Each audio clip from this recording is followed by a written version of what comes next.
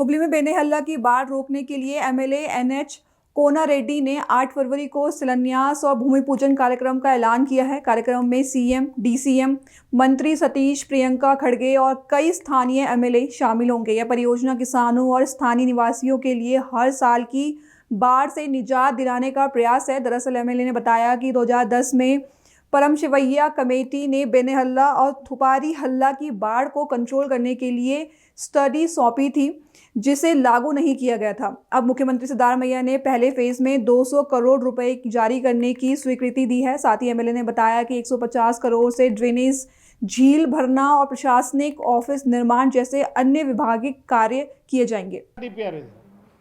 ನಾನು first MLA ಆದಾಗ meeting ಮಾಡಿದಾಗ 1310 ಕೋಟಿ 1310 ಕೋಟಿ ಆಗಿತ್ತು.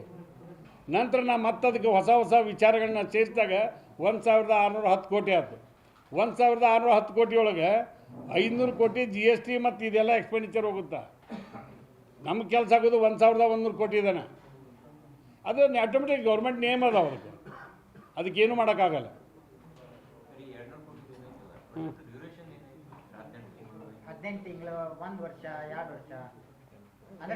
ಅದಕ್ಕೆ ಟೆಂಡರ್ ಐಟಮ್ದಾಗ ಎಷ್ಟು ಹಾಕ್ಯಾರ ಅದಕ್ಕೆ ಪೀರಿಯಡ್ ಜಾಗಾರ ಕೇಳು. ಅದಕ್ಕೊಂದು ಸಮ್ ಟೈಮ್ ಫಿಕ್ಸ್ ಮಾಡೋರು 8 ತಿಂಗಳು 10 ತಿಂಗಳು.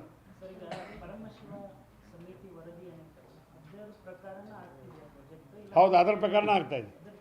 ಹಾಂ, ಆಮೇಲೆ ಒಂದು ಹೈಡ್ರಾಲಜಿ ಒಂದು ಫಾರಿನದ್ದು ಒಂದು ಇದನ್ನು ತೊಗೊಂಡು ಬೇರೆ ಕಡೆ ಏನು ಮಾಡಿದರು, ಎಲ್ಲವನ್ನೂ ಏನು ಟೆಕ್ನಿಕಲ್ ತೊಂದರೆ ಇತ್ತಲ್ಲ, ಆ ಟೆಕ್ನಿಕಲ್ ತೊಂದರೆ ಇಲ್ಲ ಬೆನ್ನಿ ಹೇಳ್ದಾಗ ತಪ್ಪಿಸೇವೆ ಅದನ್ನು.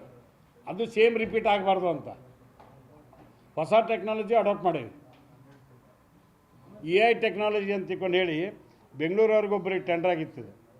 ನಾನು 2013-18ವರೆಗೆ ಶಾಸಕನಿದ್ದಾಗ ಅವ್ರಿಗೆ ಬರೀ 90 ಲಕ್ಷ ಕೊಟ್ಟಿದ್ವಿ. ಅವರು ಒಂದು 1310 ಕೋಟಿಗೆ ಮಾಡಿದರು. ಮತ್ತು ಈ ಬಾರಿ MLA ಆದಮೇಲೆ ನಾನು MD ನಾನು ಹಿರಿಯ ಅಧಿಕಾರಿಗಳ ಸಭೆ ಕೂಡಿದಾಗ ಅದು 1610 ಕೋಟಿ ಆಯಿತು. 18 ತಿಂಗಳಿಟ್ಟು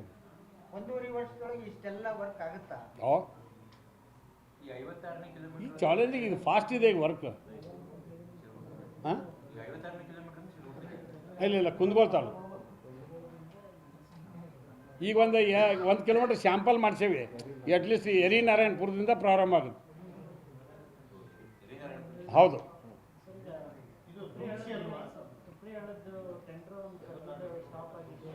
ಇಲ್ಲ ಸ್ಟಾಪ್ ಆಗಿಲ್ಲ. ಅದು ತುಪ್ರಿ ಹೇಳದ್ದು ಏನಾಗಿತ್ತು, 312 ಕೋಟಿಗೆ ಅದು ಮಂಜೂರಾಗಿತ್ತು. ಅಂದರೆ ಆಡಳಿತಾತ್ಮಕ ಅನುಮೋದನೆ ಕೊಟ್ಟು 150 ಕೋಟಿ FDಗೆ ಒಪ್ಪಿಗೆ ಕೊಟ್ಟಿದ್ದು. ಇನ್ನು 162 ಕೋಟಿಗೆ ಒಪ್ಪಿಗೆ ಕೊಡಬೇಕಿತ್ತು. ನಾನು ಬಂದ ನಂತರ ಅದಕ್ಕೆ ಒಪ್ಪಿಗೆ ಪಡೋದು ಅರ್ಧ ವಿನಯ್ ಕುಲಕರ್ಣಿ ಅವ್ರಿಗೆ ಬರ್ತಾರೆ ಕ್ಷೇತ್ರಕ್ಕೆ. ಅದು ಬೆಳಗಾವಿ ಜಿಲ್ಲೆಯ ಕಿತ್ತೂರು ಹತ್ರ ಹುಡ್ತೈತೆ. ಅದು ಯಾವುದು ತುಪ್ರಿಯಾಳ, ಅಲ್ಲಿಂದ ಪ್ರಾರಂಭ ಆಗಿ ಅಮೀನ್ಬಾವಿ ಹತ್ರ ಬರುತ್ತೆ. ಅದು ಬಂದಮೇಲೆ ನವಳೂರು ತಾಲೂಕಿಗೆ ಬರುತ್ತೆ. ಆ 180 ಕೋಟಿ ನಂಬರ್ದಾಗ ಬರುತ್ತೆ. ಒಂದು 85 ಕೋಟಿ ವಿನಯ್ ಕುಲಕರ್ಣಿ ಅವ್ರ ಕ್ಷೇತ್ರಕ್ಕೆ ಬರುತ್ತೆ. ಅದಕ್ಕೂ ಕೂಡ ಈಗಾಗಲೇ ಟೆಂಡರ್ ಕರೆದೇವಿ. ಟೆಂಡರ್ ಲಾಸ್ಟ್ ಡೇಟ್ ಅದಕ್ಕೆ ಯಾವುದೈತೆ ಅಂದ್ರೆ ಕೊಡ್ತೇವೆ.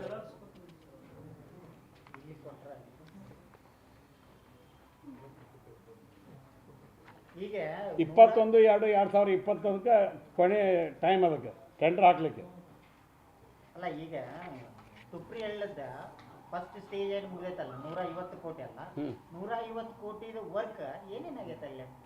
ಇಲ್ಲ, ಆಗಿದೆ. ಇನ್ನೊಂದು ಸ್ವಲ್ಪ ಅಲ್ಲೇ ಡಿಫೆಕ್ಟ್ಗಳದಾವೆ. ಆ ಡಿಫೆಕ್ಟ್ಗಳು ಅವ್ರ ಮೇಂಟೆನೆನ್ಸ್ ಸ್ಪೀಡ್ನಾಗಿತ್ತದ, ಅವ್ನಿಗೆ ಸರಿ ಮಾಡೋಂಥ ಗುತ್ತಿಗೆದಾರ್ಗೆ ಹೇಳಿವಿ. ಮತ್ತು ಈಗ 2ನೇ ಹಂತದಾಗ ಏನೋ ಬ್ಯಾಲೆನ್ಸ್ ಉಳಿದಿದ್ವಲ್ಲ ಅವ್ನು ಕವರ್ ಮಾಡಿದ್ವಿ. ಕೆಲವು ಕಡೆ CD ಆಗಬೇಕಿತ್ತು, ಕೆಲವು ಕಡೆ ಇನ್ನೂ ತಡೆಗೋಡೆ ಆಗಬೇಕಿತ್ತು. ಗುಂಗೋಳದಾಗ ನೀರು ಹಾಕ್ಬಿಡ್ತೀವಿ. ಮೊನ್ನೆ ಇಷ್ಟಾದರೂ ಕೂಡ ಆ ನೀರು ತಡಲಿಕ್ಕೆ ಮತ್ತು ಎಕ್ಸ್ಟ್ರಾ ಅದಕ್ಕೆ ತಡೆಗೋಡೆ ಮಾಡಿದ್ವಿ. ಈ 312 ಕೋಟಿ ರೂಪಾಯಿ ಒಳಗೆ ಮುಗಿತೈತೆ ತುಪ್ರಿ ಹೇಳತ್ತೆ, ಏನು ಯೋಜನಾ ವೆಚ್ಚ ಜಾಸ್ತಿ? ಇಲ್ಲ ಮುಗಿತೈತೆ. ಅದು ಮುಗಿತೈತೆ. ತುಪ್ರಿ ಹಳ್ಳ ವರ್ಷದಿಂದ ತೆಗೆದಿದ್ದೆ ಕಾಣಿಸ್ತೈತಿ ಮೋಸ್ಟ್ಲಿ. ಯಾವುದು ಇದು ತುಪ್ರಿ ಹಳ್ಳದ DPR 4-5 ವರ್ಷ ಆಗಿರ್ಬೇಕಿಲ್ಲ. 4 ವರ್ಷದ್ದು. ಈಗ ಹೊಸ SRಗೆ ಫಿಕ್ಸ್ ಮಾಡಿದೆ. ಈಗ ಏನು 162 ಕೋಟಿ ಐತಿ, ಹೊಸ SRಗೆ ಎಸ್ಟಿಮೇಟ್ ಮಾಡಿ ಟೆಂಡರ್ ಮಾಡ್ತಾರೆ. ಯೋಗೇಶ್ವರ ಏತ ನೀರಾವರಿ ಇದು ಕೂಡ ಈಗ ಅದು ಹೊಸ ಯೋಜನೆ. ಹಿಂದೆ ಬರೀ ಡಿಸ್ಕಷನ್ ಆಗಿದೆ, ಒಂದು ಲೆಟ್ರ್ ಕೊಟ್ಟಿದ್ದರು. ಈಗ ಅದಕ್ಕೆ ಒಂದು ರೂಪರೇಷೆ ಮಾಡಿ ಸರ್ಕಾರಕ್ಕೆ ಈಗಾಗಲೇ MD ಅವರಿಗೆ ಡೈರೆಕ್ಷನ್ ಕೊಡ್ತೀನಿ, ಅದಕ್ಕೊಂದು DPR ಮಾಡಿ ಸಬ್ಮಿಟ್ ಮಾಡಿರಿ ಅಂತ. DPR ಮಾಡಿ ಸಬ್ಮಿಟ್ ಮಾಡಿ ಮನೆ ಮೀಟಿಂಗಿಗೆ ಕೂಡ ಚಲ್ತೇವೆ. ಯಾರು ಯಾಕೆ ಪ್ರಶ್ನೆ ಕೊಡ್ರಿ ಎಲ್ಲರಿಗೂ. ಒಬ್ಬ ಈ ಕಡೆ ರೀ, ಒಬ್ಬ ಈ ಕಡೆ ರೀ.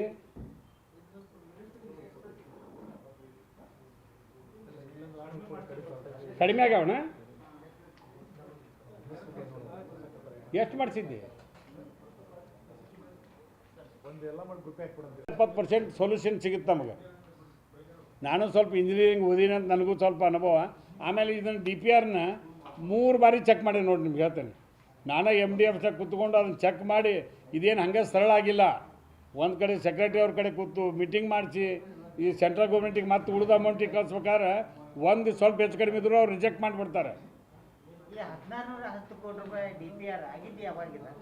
ಈಗ ಹೀಗಾಗಿ ಹೌದು, ನಿಮ್ಮ ಕ್ಷೇತ್ರದ ಹಳೆಯ ಶಾಸಕ ತಮ್ಮ ಅವಧಿಯೊಳಗೆ ಆಯ್ತು ಅಂತ ಹೇಳಿ ನಾ ಅದ್ರ ಬಗ್ಗೆ ಚರ್ಚೆನೇ ಮಾಡೋದಲ್ಲ. ಯಾವ ಡೇಟಿಗೆ ಏನೇನಾಗೈತೆ ಅಂತ ನಿಮ್ಮ ಮಾಹಿತಿನೇ ಕೊಟ್ಬಿಟ್ಟಿರಲ್ಲ. ಡೇಟ್ ವೈಸ್ ಇದೆ ಆದೇಶ, ಅದಕ್ಕೆ ಉತ್ತರ ನಾಯಕ ಸಣ್ಣವಾಗಲಿ. ಇದು ನಮ್ಮ ಯೋಜನೆ, ನಮ್ಮ ರೈತರು ಸಲಹೆ ಮಾಡಾಕತ್ತೀವಿ. ನನಗಂತೂ ಹೆಮ್ಮೆ ಇದೆ. 1400 ಕೋಟಿ ಒಳಗೆ ಕಂಪ್ಲೀಟ್ ಬೆನ್ಯಾಳ ಪ್ರಾಜೆಕ್ಟ್ ಮುಗಿಬೇಕು. ದುಂಡ್ಸಿಯಿಂದ ಹಿಡ್ಕೊಂಡು ಅಪ್ ಟು ಮೆಣಸಿಗೆವರೆಗೆ. ಈಗ ನಾವೇನು ಮಾಡೀವಿ, ಹೆಚ್ಚು ನವಲಗುಂದಲ್ಲಿ ಮಾಡಾಕತ್ತೀವಿ. ನವಲಗುಂದ ವಿಧಾನಸಭಾ ಕ್ಷೇತ್ರ ಹುಬ್ಬಳ್ಳಿ ತಾಲೂಕು ಇದೆ, ಇನ್ನೂ ನರಗುಂದ ತಾಲೂಕು ಐತಿ, ಶಿಗ್ಗಾಂವ್ ತಾಲೂಕು ಐತಿ, ರೋಣ ತಾಲೂಕು ಐತಿ. ಅಲ್ಲಿ ಬರೀ ಚಾನಲೈಸಿಂಗ್ ಮಾಡಾಕತ್ತೀವಿ. ಅಲ್ಲಿ ಸ್ವಲ್ಪ ಪ್ರಮಾಣದಲ್ಲಿ CD ಮಾಡತ್ತೀವಿ. ಕುಂದಗೋಳ ತಾಲೂಕಿನಾಗ ಇನ್ನೂ ಹೆಚ್ಚು ಮಾಡಬೇಕಾಗಿದೆ.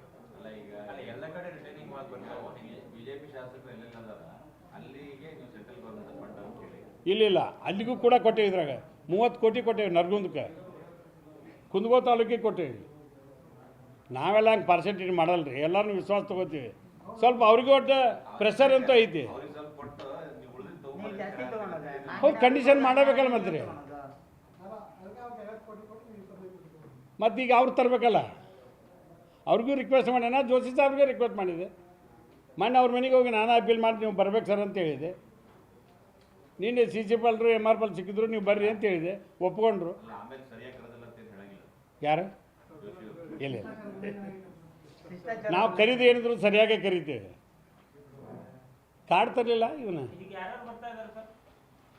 ಮುಖ್ಯಮಂತ್ರಿಗಳು, ಉಪಮುಖ್ಯಮಂತ್ರಿಗಳು, ಆಮೇಲೆ ಸನ್ಮಾನ್ಯ HK ಪಾಟೀಲ್ರು, ಸತೀಶ್ ಜಾರಕಿಹೊಳಿ ಸಾಹೇಬರು, ಶಿವಾನಂದ ಪಾಟೀಲ್ರು, ಪ್ರಿಯಾಂಕ ಅವರು, ಆಮೇಲೆ ಇನ್ನೂ ಒಂದು ಬೈರತಿ ಸುರೇಶ್, UGD ಕೆಲಸ ಐತಲ್ಲ,